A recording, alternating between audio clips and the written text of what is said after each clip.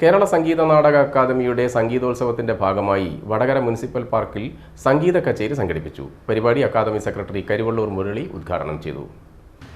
കർണാടക സംഗീതം ജനങ്ങളിലേക്ക് എത്തിക്കുകയെന്ന ലക്ഷ്യത്തോടെ കേരളത്തിലെ തിരഞ്ഞെടുത്ത 5 കേന്ദ്രങ്ങളിലാണ് സംഗീതോത്സവം സംഘടിപ്പിക്കുന്നത്. ഇതിൽ 4ാമത്തെ പരിപാടിയായിരുന്നു വടകരയിലേത്. കെ രാഘവൻ മാസ്റ്റർ ഫൗണ്ടേഷൻ, ജില്ലാ കേന്ദ്ര കലാസമിതി എന്നിവയുടെ സഹകരണത്തോടെയാണ് പരിപാടി സംഘടിപ്പിച്ചത്. പരിപാടി അക്കാദമി സെക്രട്ടറി കരിവള്ളൂർ മുരളി ഉദ്ഘാടനം ചെയ്തു. അടൂർ പി സുദർശന്റെ നേതൃത്വത്തിലാണ് സംഗീത കച്ചേരി അരങ്ങേറിയത്. അമ്പലപ്പുഴ പ്രദീപ് വയലിനും, ഇലഞ്ഞിയിൽ പി സുനിൽകുമാർ മൃദംഗവും, ആലുവ ആർ രാജേഷ് ഘടവും വായിച്ചു. ചടങ്ങിൽ വി ടി മുരളി അധ്യക്ഷത വഹിച്ചു.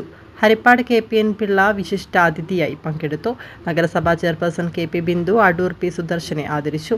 ആനയടി പ്രസാദ്, മണൽ മോഹനൻ, വേലായുധൻ എടച്ചേരിയിൽ, അനിൽ ആയഞ്ചേരി, സുനിൽകുമാർ തിരുവങ്ങൂർ എന്നിവർ സംസാരിച്ചു. സുദർശൻ തൊട്ടു മുമ്പ് ഇവിടെ മൈക്ക് ടെസ്റ്റിന് വേണ്ടിയാണ് ഇരുന്ന് ഒന്ന് മൂളിത്തിളങ്ങുമ്പോഴേക്കും പെട്ടെന്ന് സദസ്സ് മുഴുവൻ നിശ്ചലമാവുകയാണ്. അതിന്റെ കാര്യം അങ്ങനെയാണ്. നാം മനുഷ്യരെ ഒന്നിപ്പിക്കുന്നതിനുള്ള ഏറ്റവും പ്രധാനപ്പെട്ട കലയുടെ മാർഗങ്ങളിലൊന്നാണ്, മാധ്യമങ്ങളിലൊന്നാണ് സംഗീതം എന്നത്. അത് ഇതുപോലൊരു കാലത്ത് അത്യന്തം പ്രസക്തമാണ്. എല്ലാ വിഭാഗീയതകൾക്കും അപ്പുറത്ത് മനുഷ്യരെ ഒന്നിപ്പിക്കുക എന്നതാണ് ഇപ്പോഴുണ്ടാവേണ്ട ഏറ്റവും വലിയ ദൗത്യം. അതുകൊണ്ട് ദീർഘകാലത്തെ ഉപാസനയിലൂടെ, സാധനയിലൂടെ, സിദ്ധിയിലൂടെ, സാധകത്തിലൂടെ വികസിപ്പിച്ചെടുക്കുന്ന കലാരൂപങ്ങളിൽ പ്രാക്ടീസ് ചെയ്തുകൊണ്ടിരിക്കുന്ന കലാകാരന്മാർ, കലാകാരികൾ, അതിനുവേണ്ടിയുള്ള പരിശ്രമങ്ങൾ, അത് അനാഥമാവുകയും അവഗണിക്കപ്പെടുകയും ജനപ്രിയ കലാരൂപങ്ങൾ മാത്രം ആളുകൾ കയ്യേൽക്കുകയും ഏതെങ്കിലും ഒരു സീരിയലിൽ വന്ന ഒരാൾ വന്നാൽ ആളുകൾ അവർക്ക് ചുറ്റും കൂടുകയും മഹാകലാകാരന്മാർ മുഴുവൻ അവഗണനയുടെ അങ്ങേ കോടിയിൽ ആയിത്തീരുകയും ചെയ്യുന്ന ഒരു കാലത്ത് നാം ഓർക്കേണ്ട വളരെ പ്രധാനപ്പെട്ട ഒരു കാര്യമുണ്ട്. തൊട്ടുമുമ്പ് ഞാനത് പറഞ്ഞിട്ടേ ഉള്ളൂ. ഇത് എല്ലായിടത്തും പറയണമെന്ന് എനിക്ക് തോന്നുകയാണ്. അടുത്ത കാലത്ത് ഒരു കൊലപാതകം നടന്നപ്പോൾ 20ാമത്തെ തവണയാണ്. അതുവരെ ഞാനത് ചൂണ്ടിക്കാണിക്കാറേ ഉള്ളൂ, പക്ഷെ പേര് പറയാറില്ല. അതിന്റെ പേര് പക്ഷേ പത്രങ്ങളിൽ എപ്പോഴും അച്ചടിച്ചു വരുന്നുണ്ട്. ദൃശ്യം മോഡൽ കൊലപാതകം എന്നാണ്. ഒരു സിനിമ കണ്ടിട്ട് ഇത്രയും കൊല്ലം കഴിഞ്ഞിട്ട് പിന്നെയും മോഡൽ കൊലപാതകം സൃഷ്ടിക്കാനാണ് ഇത് ഉപകരിക്കുന്നത് എന്ന് വന്നാൽ ഇതിൽ വലിയ മനുഷ്യത്വ വിരുദ്ധത പ്രവർത്തിക്കുന്നുണ്ട്. വയലൻസ് എന്നത് നമ്മുടെ സമൂഹത്തിൽ പരത്തുന്നതിൽ കലാരൂപങ്ങൾ വലിയൊരു പങ്ക് വഹിക്കുകയാണെന്ന് എനിക്ക് തോന്നുകയാണ്.